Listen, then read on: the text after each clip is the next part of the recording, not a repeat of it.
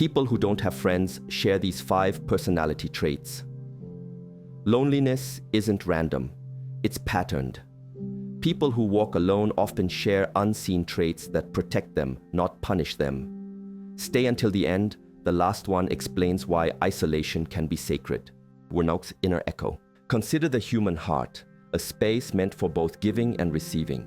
Yet many approach interactions with a primary focus on what they need, what they want to express, what they believe must be heard. This is not necessarily a malicious intent. It often stems from a deep-seated insecurity, a fear that if one does not assert their presence, they will simply vanish, unheard and unseen. This manifests as a conversational dominance, an inability to truly listen, to truly receive the other person's reality. When you are constantly formulating your next sentence, waiting for a pause to interject your own thoughts, anecdotes, or opinions, you are not actually engaging. You are performing a monologue in the guise of a dialogue. This constant internal monologue, this inner echo, is a formidable barrier to connection. True listening is a rare and profound act of generosity. It requires presence, a quieting of the self, an opening of one's inner space to absorb another's experience without immediate judgment or the urge to relate it back to oneself. When you fail to genuinely listen, you send a clear, albeit often unintentional message. Your experience is secondary to mine. People sense this. They feel the lack of genuine interest, the absence of a receptive space. They may nod along, they may even engage politely, but they will not feel seen, heard, or understood. And without that foundational feeling, friendship cannot take root. The root of this behavior often lies in a desperate need for validation. If you believe your worth is tied to how much you contribute, how smart you sound, or how interesting your stories are, then every conversation becomes a performance. You are not seeking connection, you are seeking affirmation. This is a subtle yet pervasive trap. When you prioritize broadcasting over receiving, you inadvertently push people away. They become tired of competing for airtime, tired of feeling like a sounding board rather than an equal participant. The energy flow becomes one-sided, unsustainable. Think of it like a stream. If it only flows out, it eventually dries up. For genuine connection, there must be a cyclical exchange, a constant give and take of attention and energy. To break free from the inner echo, you must cultivate the habit of profound listening. This is not passive, it is an active, mindful practice. When someone speaks, make it your primary intention to understand their perspective fully. Ask clarifying questions, not to critique but to deepen your comprehension. Reflect back what you hear, not to parrot, but to confirm understanding and show you've truly processed their words. So, if I understand you correctly, you're feeling X because of Y. This simple act validates their experience, creating a bridge of understanding. Practice periods of silence, allowing the other person's space to elaborate, to simply be. The silence itself can be a powerful invitation for deeper sharing. This isn't just about being polite, it's about shifting your internal posture from one of demand to one of receptivity. This habit, practiced consistently, begins to dismantle the fortress of self-preoccupation, inviting others into a shared space rather than an audience. Vistas fortified self. Many people walk through life encased in an invisible armor, a fortified self designed to protect them from perceived threats, judgment, rejection, hurt, or the discomfort of vulnerability. This armor, while seemingly offering security, simultaneously prevents genuine connection. You might believe that by keeping your guard up, by presenting a perfect, unblemished facade, you are safeguarding yourself.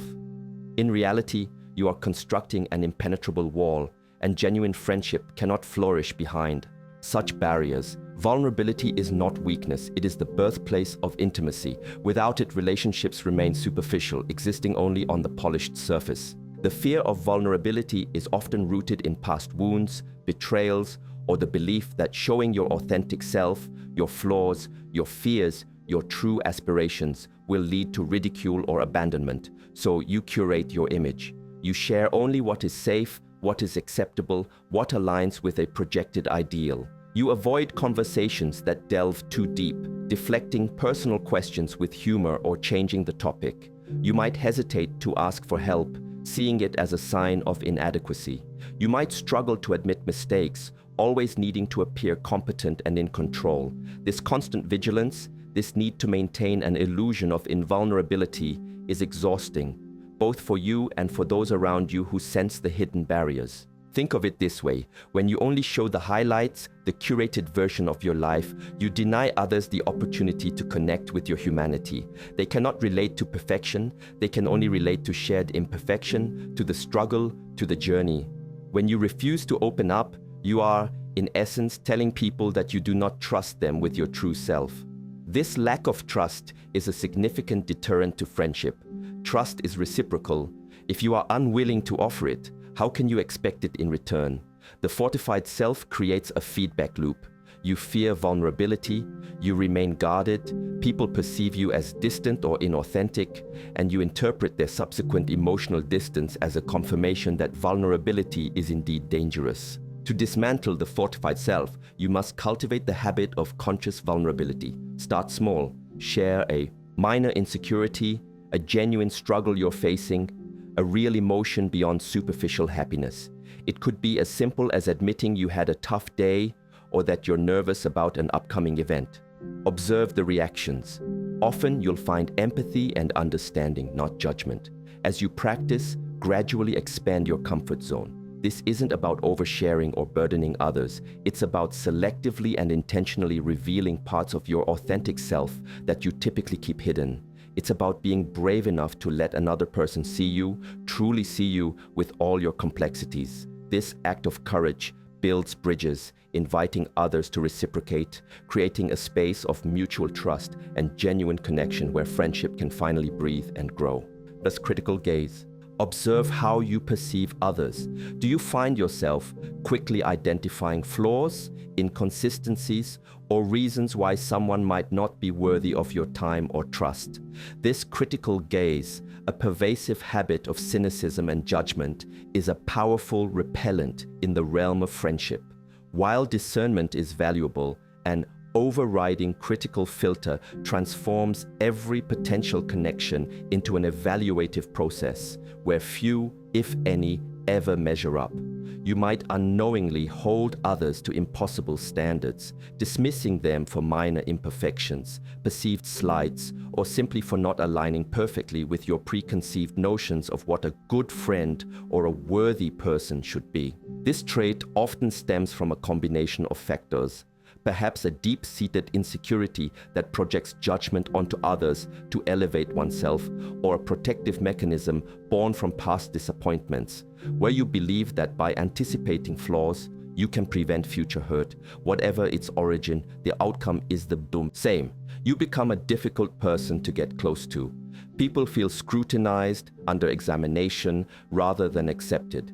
They sense the implicit judgment in your tone, your questions, or even your silence. How can genuine warmth and acceptance flourish in an atmosphere of constant appraisal? It cannot. The critical gaze prevents you from seeing the full spectrum of a person. You focus on the cracks, the imperfections, missing the beauty of their unique architecture. You might dismiss someone's kindness because you perceive them as naive, or their enthusiasm because you deem it unrealistic. This selective perception creates a distorted reality where everyone falls short and you are left in a self-fulfilling prophecy of isolation.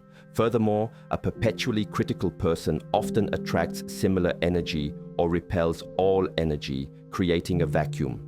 Who genuinely seeks to spend time with someone who constantly highlights their perceived deficiencies or the shortcomings of the world around them? It drains energy rather than replenishes it. To soften the critical gaze, you must cultivate the habit of compassionate curiosity. This involves actively seeking to understand why someone behaves or believes what they do, rather than immediately labeling it. When you encounter something you typically judge, pause. Instead of mentally listing their flaws, ask yourself, what might be their perspective? What experiences might have led them to this point? What positive intentions might underlie this behavior? This doesn't mean condoning harmful actions, but it means shifting from a punitive, dismissive stance to an inquisitive, empathetic one.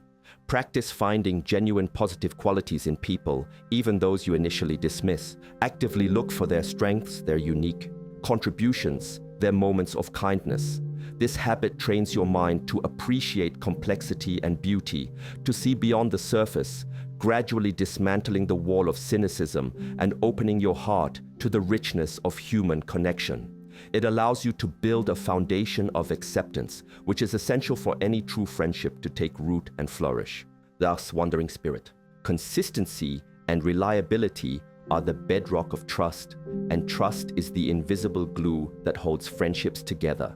Yet, many individuals exhibit a wandering spirit in their social interactions, characterized by inconsistent engagement, a lack of follow-through, and a general flakiness that erodes the possibility of deep connection. You might enthusiastically agree to plans, only to cancel last minute or simply fade into silence. You might show intense interest for a brief period, then disappear without explanation, only to resurface weeks later as if no time has passed. This behavior, whether intentional or not, sends a clear message. You are not a priority. This inconsistency often stems from a fear of commitment, a desire to keep options open, or simply a lack of internal discipline regarding one's word and time. It can also be a byproduct of being overwhelmed, overcommitted, or struggling with time management, leading to a pattern of making promises you cannot keep. Regardless of the underlying cause, the effect on potential friendships is devastating. People learn quickly not to rely on you. They learn that your word is not firm, that your presence is fleeting. This creates an emotional distance, a cautiousness in their approach because they anticipate your eventual withdrawal. Friendship, like any living thing, requires consistent nourishment. It needs regular engagement, shared experiences, and the comfort of knowing that someone is there, predictably. When you have a wandering spirit, you deny these crucial elements. You prevent the slow, steady buildup of shared history and mutual understanding that transforms acquaintances into true friends. Your intermittent presence creates gaps, making it difficult for others to invest emotionally in the relationship, as they fear their investment will be wasted. They will eventually stop reaching out, stop inviting you, not out of malice, but out of self-preservation. To anchor the wandering spirit, you must cultivate the habit of disciplined commitment. Start by being meticulously honest with yourself about your capacity. Do not make promises you cannot keep, even small ones. If you say you will call, call. If you agree to meet, show up and be on time. If circumstances genuinely change, communicate immediately and transparently, offering a sincere apology and an alternative. This isn't about being perfect, it's about cultivating reliability. Prioritize your commitments to friends just as you would professional obligations. Understand that showing up consistently is a profound act of respect and care. It demonstrates that you value the other person and the budding relationship. This habit over time rebuilds trust, transforming a perception of unreliability into one of dependability, allowing others to feel secure enough to invest their time and emotion into a lasting friendship with you. Daxia, blind spot. The most insidious of all traits that hinder friendship is the blind spot, a profound lack of self-awareness and an unwillingness to introspect.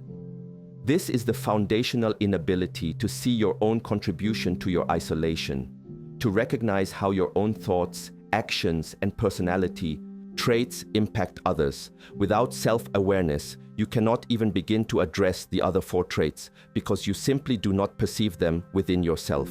You might genuinely believe you are an excellent listener while consistently dominating conversations. You might see yourself as open while being deeply guarded. You might consider yourself accepting, yet your critical judgments are palpable to everyone around you. This blind spot often manifests as externalizing blame. If you lack friends, it's because people are superficial, or no one understands me, or everyone is too busy. The focus is always outward, never inward. There is an unwillingness to ask the uncomfortable question, what role am I playing in this? This resistance to self-examination creates a stagnant internal environment. Growth, change, and personal evolution require an honest assessment of self, a fearless dive into one's own motivations, fears, and habitual patterns. Without this, you are effectively navigating life with crucial parts of your internal map missing.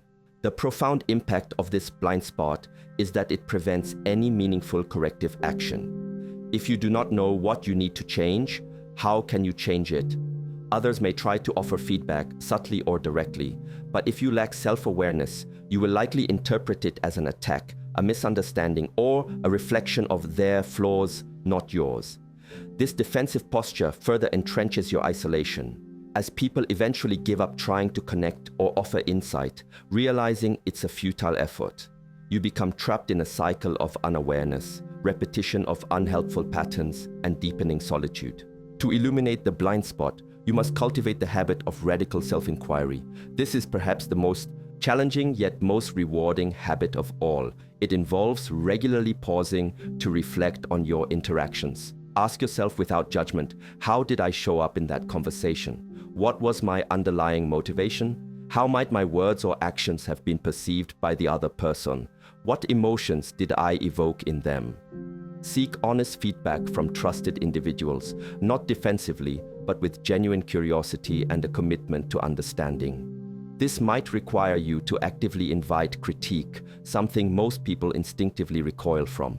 Journaling can be a powerful tool for this, allowing you to trace patterns in your thoughts and behaviors over time. The goal is to move beyond mere intellectual acknowledgement to a deep, visceral understanding of your own internal workings. This habit, practiced consistently and courageously, shines a light into the darkest corners of your psyche, revealing the hidden patterns that have kept you from true connection. It is the fundamental step towards genuine self-mastery, which is the bedrock upon which all authentic relationships are built. The journey to true friendship is not about chasing people. It is about cultivating the kind of person who naturally attracts and sustains deep connection. It is an inside job, a profound act of self-mastery. The 5 traits we've discussed, the inner echo, the fortified self, the critical gaze, the wandering spirit, and the blind spot, are not immutable decrees of fate. They are habits, patterns of thought and behavior that, with awareness and consistent effort, can be transformed.